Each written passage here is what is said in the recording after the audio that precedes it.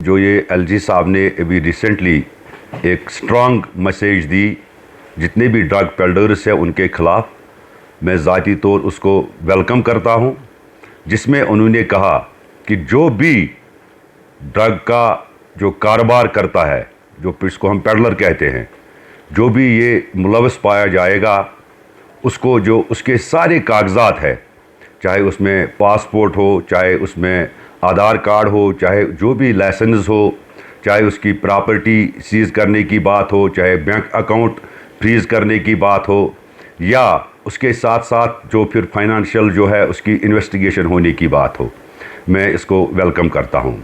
देखिए, मैं आपकी वसादत से यहाँ पर ये ज़रूर कहना चाहता हूँ कि फरवरी 2021 में मैंने एक कॉन्फ्रेंस अटेंड की थी, जब वहाँ पर मुझे पता चला कि कितने लाखों में यहाँ पर हमारे जो नौजवान बच्चे और बच्चियाँ इसका इस्तेमाल करते हैं। यकीन मानिए उस रात को मुझे नींद नहीं आई। तो मैंने एक अहद किया, मैं उस वक्त चेयरमैन म्यूनसिपल काउंसिल अनंतनाग था। मेरे वक्त में मैंने एक मैरिज हॉल कंप्लीट किया था अशेजी पोरा अहले हदीस ईदगाह के सामने। हमने उसकी बुकिंग भी की, एक हमने उधर शादी भी एक हुई। मगर मुझे सबसे उस वक्त अगर लगा, कहने के लिए सारे कहते हैं मगर ज़मीनी सतह पे करने की बात जो है वो दूसरी होती है। मैंने उस मैरिज हॉल को मैं उस वक्त के हमारे यहाँ पर ज़रूर कहूँगा, जो हमारे एसएसपी अनंतनाग थे मोहतरम इम्तियाज़ साहब, और जो डिप्टी कमिश्नर अनंतनाग थे उस वक्त पीयूष सिंगला साहब, उन दोनों का शुक्रिया अदा करता हूँ।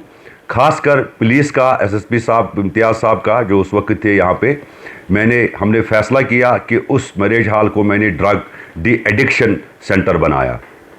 और मुझे खुशी है आज कि जब मुझे आज पता चलता है कि उसी ड्रग डी एडिक्शन सेंटर में आज तक हज़ारों की तादाद में बच्चों को वहाँ पर ट्रीटमेंट मिला, उनकी काउंसलिंग हुई, चाहे वो फिज़िकली गए वहाँ पे या किसी ने मोबाइल के ज़रिए भी वहाँ पर उसको काउंसलिंग हुई। अल्हम्दुलिल्लाह आज वो इज़्ज़त की ज़िंदगी बसर कर रहे हैं। देखिए, मैं इस ड्रग के बारे में ज़रूर कहना चाहूँगा, इसलिए क्योंकि उसके बाद मैंने कम से कम 200 प्रोग्राम अवेयरनेस किए, चाहे वो हमारा बॉयज़ डिग्री कॉलेज हो, वुमेन्स डिग्री कॉलेज हो, हायर सेकेंडरीज़ हो, हाई स्कूल्स हो, जितने भी प्राइवेट हो, गवर्नमेंट हो, आईटीआई हो, सब जगह मैंने लगभग 2-2 प्रोग्राम किए। और उन सारे जो उस वक्त वहाँ पर चाहे प्रिंसिपल्स थे, चाहे हेडमास्टर्स थे, स्टाफ था, या प्राइवेट स्कूल्स के ओनर्स थे, जिन्होंने उस वक्त उस मिशन में साथ दिया और एक कोशिश की। उतना ही नहीं, उसके साथ साथ मैं सारे उन इमाम्स का, स्पेशली शाही इमाम मौलवी अशरफ साहब का, जिन्होंने बार बार उसमें जो स्टेडियम में भी आए, लोगों से गुजारिश की, या उन सारे इमाम्स का ये जिन्होंने जुम्मा के खुतबे के बाद इसके बारे में रोशनी डाली। क्योंकि देखिए, ये आज अगर जिस तरीके से एलजी साहब ने कहा, ये एक आदमी का काम नहीं है, इसमें एज ए सोसाइटी हमें काम करना पड़ेगा। जितना मेरी तरफ से हो सकेगा, जितना आपकी तरफ से हो सकेगा, और जितने भी स्टेक होल्डर्स हैं, सबको हमें मिलजुल के, क्योंकि ये ऐसा एक इस वक्त जब हम कहते हैं अलार्मिंग सिचुएशन की जब हम बात करते हैं, उसका मतलब है कि ये अब जब आदमी को ज़िंदगी पर आ जाता है, ज़िंदगी पर ख़तरा आ जाता है, उसी चीज़ को अलार्मिंग सिचुएशन कहते हैं। ये उस सिचुएशन में हम इस वक्त, हमें ये हम सबको इसके ख़िलाफ़ जो है जितना हम कर सकते हैं हमें करना चाहिए। देखिए, मैं 2 चीज़ें यहाँ पर कहना चाहता हूँ। एक पेडलर होता है, पेडलर वो जो कि नौजवानों की ज़िंदगी ख़त्म करने में इसका कारोबार करता है। मैं तो कहता हूँ जिससे इससे बड़ी सज़ा, बड़ी से बड़ी और सज़ा इसको होनी चाहिए। तभी मैं वेलकम कर रहा हूँ एलजी साहब के स्टेटमेंट का। दूसरा होता है विक्टिम, आप उसको विक्टिम भी कह सकते हैं, आप उसको इल बीमार भी कह सकते हैं। क्यों? वो एक शिकार होता है, ये एक गैंग इनकी बनती है, 3 लोगों 4 लोगों की, पहले ये उसको फ्री देते हैं, फिर उसको आदी बना देते हैं। और मैं सोसाइटी में सब लोगों से गुजारिश करता हूं कि जब हमें किसी मोहल्ले में पता चलता है कि कोई लड़का जो है ड्रग का इस्तेमाल करता है, तो हम उसको बुरी नज़र से देखते हैं। मेरी उनसे गुजारिश है, उसको बुरी नज़र से मत देखिए, उसको समझाने की ज़रूरत है। बेटा, आपको फंसाया गया है, आप ट्रीटमेंट कर सकते हो, आप काउंसलिंग आपकी हो सकती है, आप अपनी इज्जत की ज़िंदगी बसर कर सकते हो। اس کا الٹیمیٹ گول کیا ہے؟ جو یہ ڈرگ کا استعمال کرتا ہے وہ مر جاتا ہے، مگر مرتے مرتے وہ اپنے پورے خاندان کو مار دیتا ہے، اپنے ماں باپ کو مار دیتا ہے، اپنے رشتہ داروں کو مار دیتا ہے۔ ایک ماں کی اللہ تعالیٰ نے اللہ تعالیٰ نے یہ کہا کہ آپ کے ماں کے پیروں کے تلے جنت ہے۔ اللہ تعالیٰ نے یہ کہا کہ جتنی بار آپ شفقت کی نظر سے اپنے ماں باپ کو دیکھو گے اتنی بار آپ کے نامہ اعمال میں ثواب لکھے جائیں گے۔ اور کون آدمی ہوگا جو اپنے ماں کو مارے گا؟